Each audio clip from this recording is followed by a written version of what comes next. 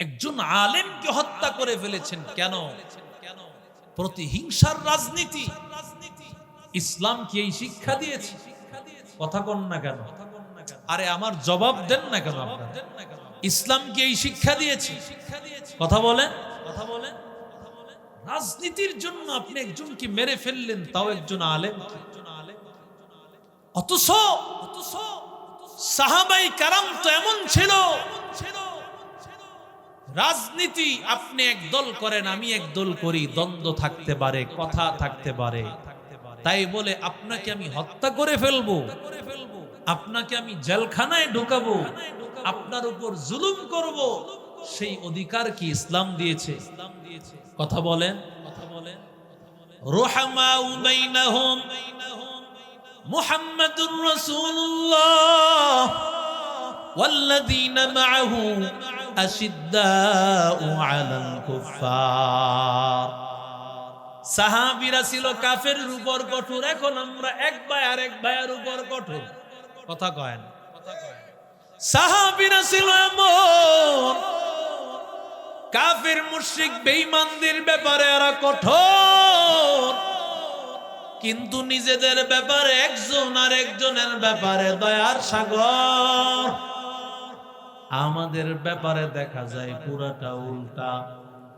আমি ইন্ডিয়ার জন্য পাগল, আমেরিকার জন্য পাগল, আমি হিন্দু খ্রিস্টান বৌদ্ধদের জন্য পাগল, অথচ আমার মুসলমান ভাইকে সুযোগ পেলে আমি হত্যা করে ফেলি, ঠিক কিনা? এরে আল্লাহর বান্দা যুবক, রহমতের নবীর আদর্শ,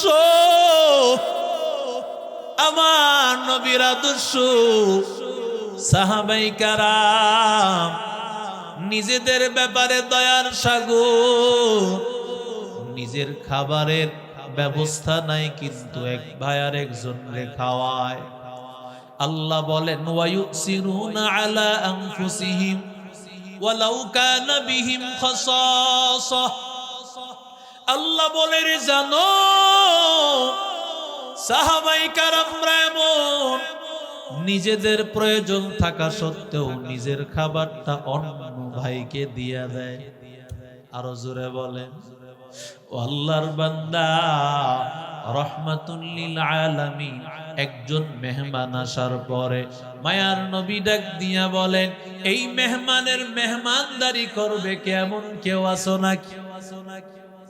সাহাবায়ে কেরামের অভাব, সাহাবায়ে কেরামের এমন হালত না, সাহাবায়ে কেরাম গরীব। রহমতের নবী যখন বলেছেন, একজন সাহাবী দাঁড়াইয়া গেলেন, পয়গম্বর আমি রাজি আছি, আমি আমার ভাইকে মেহমানদারি করাবো। এবার আল্লাহর বান্দা মেহমানদারি করানোর জন্য সাহাবীকে ঘরে নিয়ে গেলেন। সাহাবীকে ঘরে নিয়ে যাওয়ার পর স্ত্রীকে ডাক দিয়া বলে, ও বিবি, আপনারা যদি ডানে বামে তাকান তো আলোচনার কোন সিস্টেম থাকে, একটু দয়া করে আগান, এই পিছনে তাকান, কারণটা কি বলেন? একটু আগান, সবাই আগান, না আমি শেষ করে দিই, কারণ আলোচনার কিছু নাই। সবাই একটু আগায় আসে। আলোচনার পরিবেশ না থাকলে আলোচনা কিছুই করতে মনে চায়। একটু সকলে আগায় আসে। আলোচনার পরিবেশ থাকে না তো আলোচনা করতে পারে। গতকাল যেখানে বয়ান করছি 2 ঘন্টা, এরপরে আরো করাইছি। তো এটা হলো পরিবেশের কারণে হয়। পরিবেশ যখন থাকে না, সেখানে আলোচনাও হয়। এগুলো নিজের তরফ থেকে আসে না, প্রত্যেকটা কথা কার কাছ থেকে আসে? আরো জোরে বলেন। বক্তার নিজের কোন ক্ষমতা আছে? জোরে বলেন।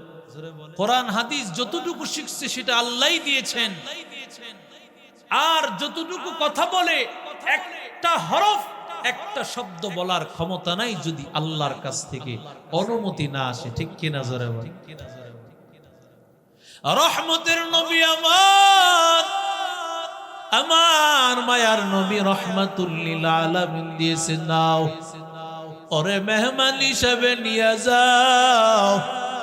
আল্লাহর পয়গম্বরের সাহাবী ঘরে নেওয়ার পর ডাক দিয়া বলতেছে, ও বিবি, মেহমান নিয়ে আসছি, আমার নবী পাঠাইছেন, ঘরের মধ্যে কি আসি, খাবার দাও। বিবি ডাক দিয়া বলে, ও স্বামী আমার, সামান্য পরিমাণ খাবার আছে, আমার সন্তানেরা খেলে মেহমান খেতে পারবে না। মেহমান যদি খায় তোমার সন্তানেরা খেতে পারবে না, তুমিও খেতে পারবে না। আল্লাহর নবীর সাহাবী, পয়গম্বরের সাহাবী ডাক দিয়া বলতেছেন, মেহমানকে নিয়ে আসছি আমার নবীর কাছ থেকে, মেহমানকে আগে তো মেহমানদারি করাইতে হবে, ওরে কষ্ট দেওয়া যাবে না। আল্লাহর বান্দা এবার মেহমানকে নিয়ে বসে বললেন, বিবিকে ডাক দিয়া বললেন, বিবি, রাতের বেলায় কুপিটা ধরানো আছে, যখন খেতে বসবো কুপিটা নিবাইয়া দিবা, আমি প্লেট থেকে হাত নাড়াচাড়া করব, মেহমান বুঝবে আমিও খাইতেছি, না হয়তো সে খাবে না, আসলে আমার প্লেটে কিছুই নাই, মেহমান খাইতেছি।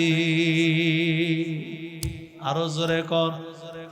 আউলিয়ারা কারে উকবা ইখতিয়ার, জাহেলারা কারে দুনিয়া ইখতিয়ার, মাইলে মোমেন সোয়ে মোমেন মিশাওয়ার, মাইলে কাফের সোয়ে কাফের মিশাওয়াত।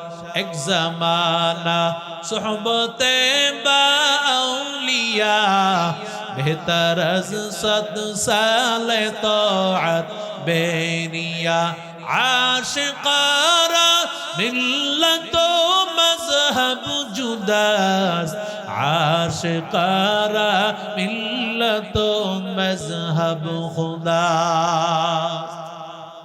রাতের বেলায় মেহমান খাবার খাইল, কিন্তু আল্লাহর বান্দা কিছুই খাইল না, সন্তানও খাইল না, সবাই একেবারে খাবার না খেয়ে রাত্রটা কাটায় দিল, কিন্তু মেহমানের কষ্ট দেয় নাই।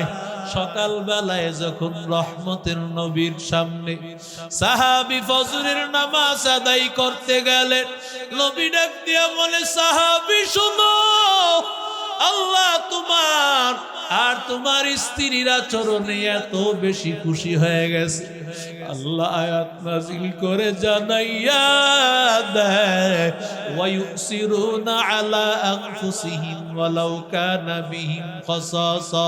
সাহাবায়ে কেরামেরা এমন নিজের অভাব থাকা সত্ত্বেও অন্য ভাইকে প্রাধান্য দেয়, নিজের টাকা নাই এরপর অন্যকে খাওয়ায়, নিজে ভালো কাপড় পরতে পারে না কিন্তু নিজের ভাইকে ভালো কাপড় পরায়।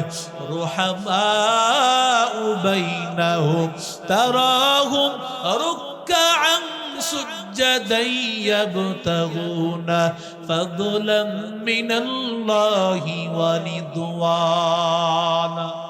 আল্লাহ বলে, গোলাম জানো, তারাহুম রুকআন সুজদা, তুমি দেখতে পাইবা সাহাবায়ে কেরাম রুকুর মধ্যে আছে, ওয়া সুজদা সিজদার মধ্যে আছে, ইয়াবতাগুনা ফাদলাম মিনাল্লাহি ওয়া রিদওয়ানা, তারা আমার আল্লাহর সন্তুষ্টি তালাশ করতেছে, আমার মালিক আল্লাহর সন্তুষ্টি তালাশ করতেছে।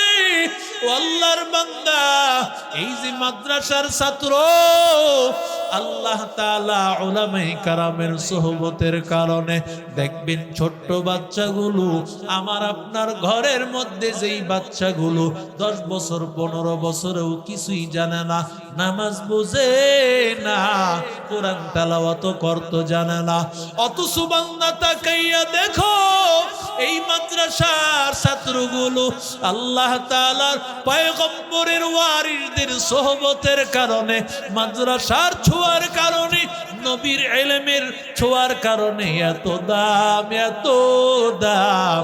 এই মানুষগুলো সৃষ্টির সেরা মানুষ হয়ে গেছে।